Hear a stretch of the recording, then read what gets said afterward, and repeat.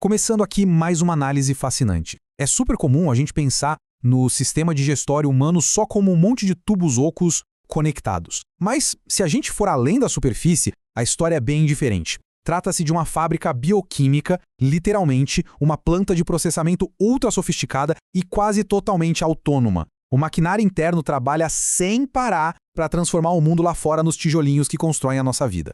O nosso roteiro de hoje por essa fábrica passa por 1. Fisiologia da digestão. 2. O motor e o controle. 3. O caminho do alimento. 4. Secreções gástricas de B12. 5. Pâncreas, fígado e bile. E para fechar, 6. O fim da jornada. Seção 1. Fisiologia da digestão. Para entender como essa fábrica inteira opera, é preciso conhecer os 4 processos básicos que acontecem ali ao mesmo tempo: a secreção de substâncias, a digestão enzimática, a absorção dos nutrientes e, claro, a motilidade. A estrutura das paredes dessa nossa fábrica é algo fora de série.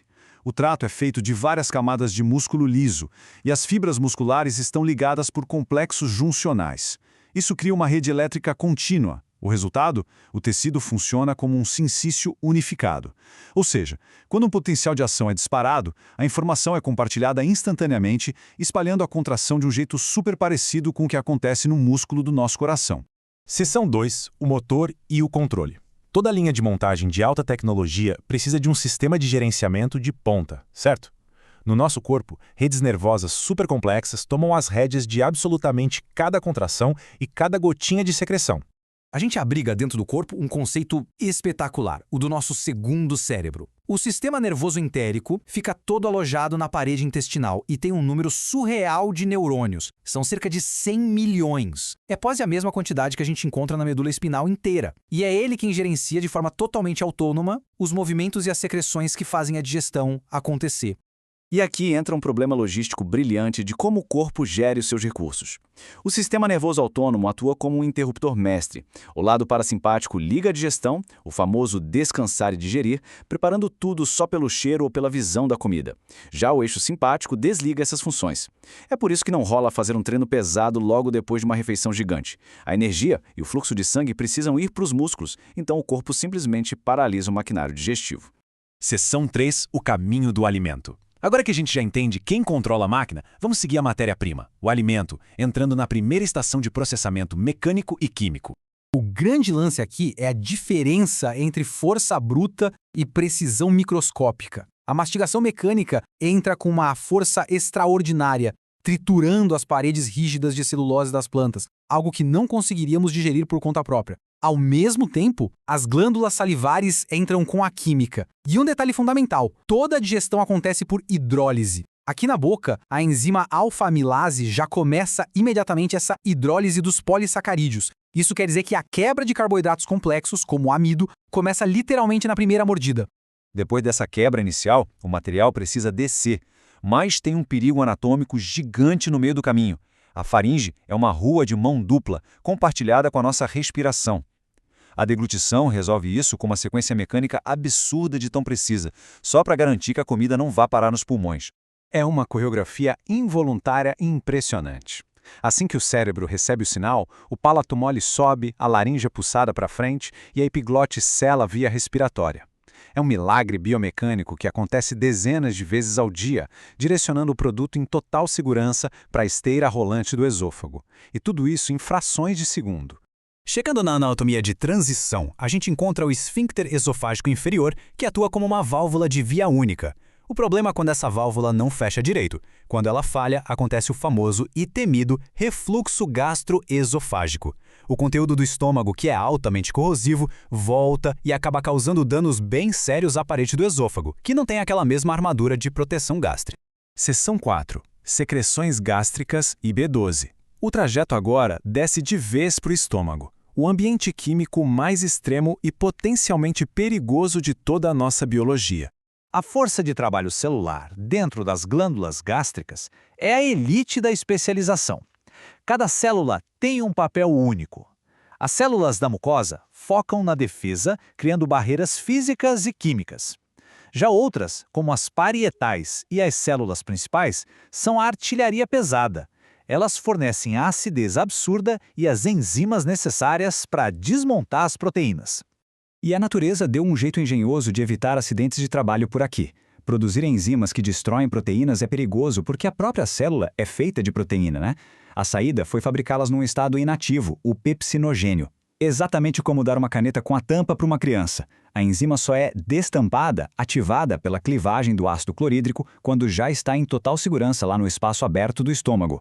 E falando no ácido, o pH ali dentro pode despencar para o extremo de 0,8. Com tanta acidez, como é que o estômago não digere a si mesmo? O truque evolutivo é a criação de um escudo. Uma camada bem grossa de muco alcalino, lotado de bicarbonato, neutraliza qualquer traço de ácido que chegue perto da parede do órgão, formando uma barreira formidável. Então, o grande lance das funções do estômago não é só a digestão em si, mas a nossa sobrevivência. As células parietais liberam uma substância vital chamada fator intrínseco. Sem essa glicoproteína, o intestino não consegue de jeito nenhum absorver a vitamina B12. E sem a B12, a maturação dos glóbulos vermelhos falha, o que leva a uma condição gravíssima, conhecida como anemia perniciosa. É uma peça absolutamente essencial. Seção 5. Pâncreas, fígado e bile. O produto, agora chamado de quimo, sai do estômago e entra no duodeno. É aí que glândulas acessórias imensas entram na jogada, injetando fluidos neutralizantes e digestivos altamente potentes. Aqui temos mais um mecanismo de segurança vital. O pâncreas fabrica enzimas que conseguem digerir tudo, proteínas, carboidratos, lipídios. Para evitar que ele destrua a si mesmo, essas enzimas saem como zimogênios inativos. E por via das dúvidas, ele ainda secreta inibidores que bloqueiam qualquer ativação acidental dentro dos ductos pancreáticos antes de a mistura chegar ao intestino. Mas olha que interessante, nem todas as armas digestivas são enzimas. O fígado contribui de forma contínua com a bile. Diferente do suco pancreático, o papel da bile não é a digestão enzimática direta. Ela atua como uma ferramenta mecânica, preparando o terreno para as enzimas especializadas conseguirem atacar os lipídios de fato. É que o corpo esbarra num baita problema. Gordura não se dissolve em água, mas as nossas enzimas são solúveis em água. A jogada de mestre do fígado e da vesícula biliar é lançar os sais biliares. Eles funcionam literalmente como detergentes, emulsificando gotas gigantes de lipídios em estruturas microscópicas, as famosas micelas. Isso aumenta a superfície de contato de um jeito absurdo, deixando as lipases finalmente quebrarem as gorduras. Seção 6. O fim da jornada. Chegando nas etapas finais, a fábrica foca em resgatar o material que foi processado. As células intestinais têm estratégias diferentes aqui. É importante entender a diferença. Algumas moléculas entram fácil na célula usando a difusão facilitada, pegando carona a favor da correnteza sem gastar energia. Já outros nutrientes precisam ser arrastados à força. Aí entra o transporte ativo, que consome energia da célula para puxar essas moléculas para dentro a todo custo. E a mecânica do intestino garante essa eficiência toda. Os movimentos não servem só para empurrar. A peristalse clássica cria uma onda propulsiva linear, bem igual a espremer um tubo de pasta de dente. Mas as contrações segmentares são diferentes. Elas apertam em anéis separados, criando uma verdadeira ação de mistura. Isso retém o produto, jogando ele para lá e para cá contra a parede, o que garante a absorção máxima. E para onde vai todo esse material recolhido? Tem uma diferença brutal aqui entre a absorção dos lipídios e dos outros nutrientes. As gorduras absorvidas são remontadas e empacotadas em estruturas grandalhonas, os quilomicrons. Como eles são grandes demais para os vasos sanguíneos, eles vão para o sistema linfático. Já os outros nutrientes, como açúcares e aminoácidos, vão direto para a circulação esplâncnica e viajam pela via porta para o fígado. O fígado é a nossa alfândega. As células de defesa lá dentro filtram ativamente as bactérias, garantindo que os nutrientes entrem no corpo só depois de super limpos e armazenados. E isso nos deixa com um pensamento final muito instigante. A gente acabou de dissecar o funcionamento de um maquinário espetacular, administrado localmente e capaz de quebrar quimicamente o mundo exterior para construir e sustentar a vida. Vendo a eficiência, a autonomia e a complexidade formidável do trato gastrointestinal, a pergunta que fica é: até que ponto a vida é direcionada pela nossa consciência, ou será que é esse imenso segundo cérebro visceral que realmente dita as regras do nosso jogo interior? Algo para se ter em mente na próxima vez que a boca encher d'água só de ver o prato preferido.